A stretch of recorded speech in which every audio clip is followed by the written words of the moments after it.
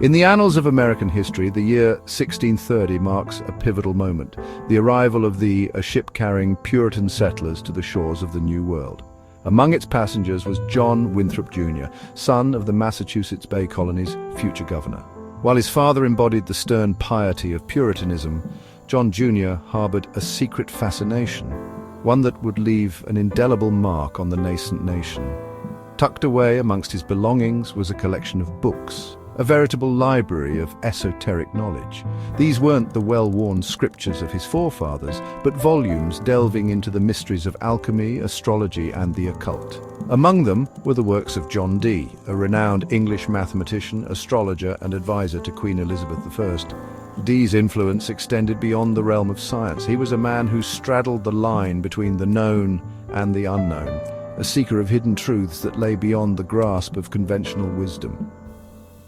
Winthrop Jr.'s interest in Dee's writings hints at a deeper curiosity, a yearning to explore the uncharted territories of knowledge and power. Dee, after all, was not merely an academic. He was a man who dared to converse with angels, to unlock the secrets of the universe through mystical means. His writings were not mere curiosities to Winthrop Jr. They were guidebooks, maps to navigate the labyrinthine pathways of esoteric wisdom. In the solitude of his cabin, surrounded by the vastness of the Atlantic, Winthrop Jr. delved into Dee's treatises, immersing himself in a world where science and magic intertwined, where the pursuit of knowledge transcended the boundaries of the material world. They carried more than just settlers seeking a new life.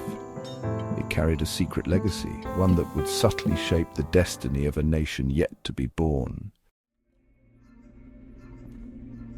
John Dee's influence on Winthrop Jr. extended far beyond the confines of dusty tomes. Dee, a key figure in the court of Elizabeth I, had coined the term British Empire, a phrase pregnant with ambition and a sense of destiny. This concept of a nation imbued with a special purpose resonated deeply with Winthrop Jr.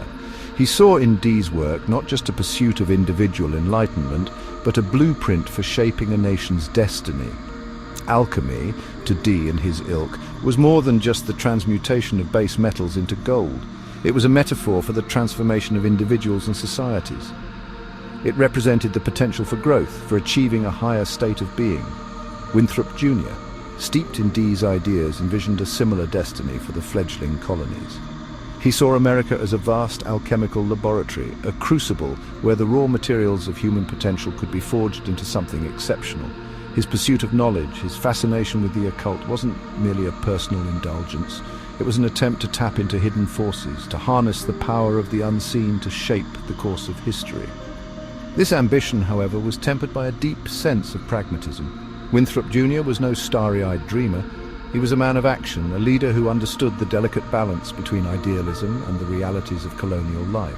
He knew that true power lay not just in understanding the mysteries of the universe, but in applying that knowledge to the challenges of the present. The American experiment was, from its inception, a paradoxical blend of seemingly disparate philosophies. On one hand, there was the undeniable influence of Enlightenment rationalism, championed by thinkers like John Locke and Thomas Jefferson. This emphasis on reason, logic, and individual liberty formed the bedrock of America's political philosophy. Yet, coexisting alongside this rationalist tradition was a deep-seated current of religious fervor, particularly within the Puritan communities that had fled Europe seeking religious freedom. This emotional, faith-driven perspective, what cultural critic Gary Wills termed the heart, provided a moral compass, a sense of divine purpose that guided the actions of many early Americans. However, John Winthrop Jr., to his esoteric leanings, introduced a third element into this mix, the spirit. This wasn't the spirit of fire and brimstone preaching, but a more nuanced, contemplative understanding of the unseen forces that shaped human destiny. This perspective embraced the possibility of a deeper reality beyond the material world, a realm where intuition, dreams, and mystical experiences held valuable insights. This wasn't a rejection of reason or faith. It was an attempt to reconcile them, to find a harmonious balance between the head, the heart, and the spirit. Winthrop Jr.'s esoteric beliefs offered a bridge between these seemingly disparate worlds, a way to embrace both the intellectual rigor of the Enlightenment and the spiritual yearning of the human soul. Winthrop Jr., Messiah's unique blend of Christianity and occultism set him apart from his more rigid Puritan peers. While they saw the world in stark terms of good and evil, salvation and damnation, Winthrop Jr. perceived a more nuanced reality. His esoteric studies had exposed him to a wider spectrum of thought, to traditions that embrace the interconnectedness of all things. He saw the divine not as a distant, judgmental entity, but as a force that permeated all of creation. This more inclusive worldview fostered a spirit of tolerance and understanding, a willingness to look beyond dogma and embrace diversity. This tolerance manifested most clearly in Winthrop Jr.'s governance of the Connecticut colony. Under his leadership, Connecticut became a haven for religious dissenters, a place where Quakers and Baptists, often persecuted elsewhere, found refuge.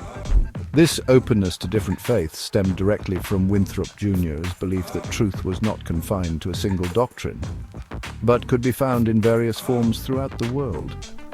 He recognized the inherent dignity of the human spirit, regardless of religious affiliation, and sought to create a society where individuals were free to seek their own paths to enlightenment. This approach, radical for its time, laid the groundwork for the religious freedom that would later become a cornerstone of the United States.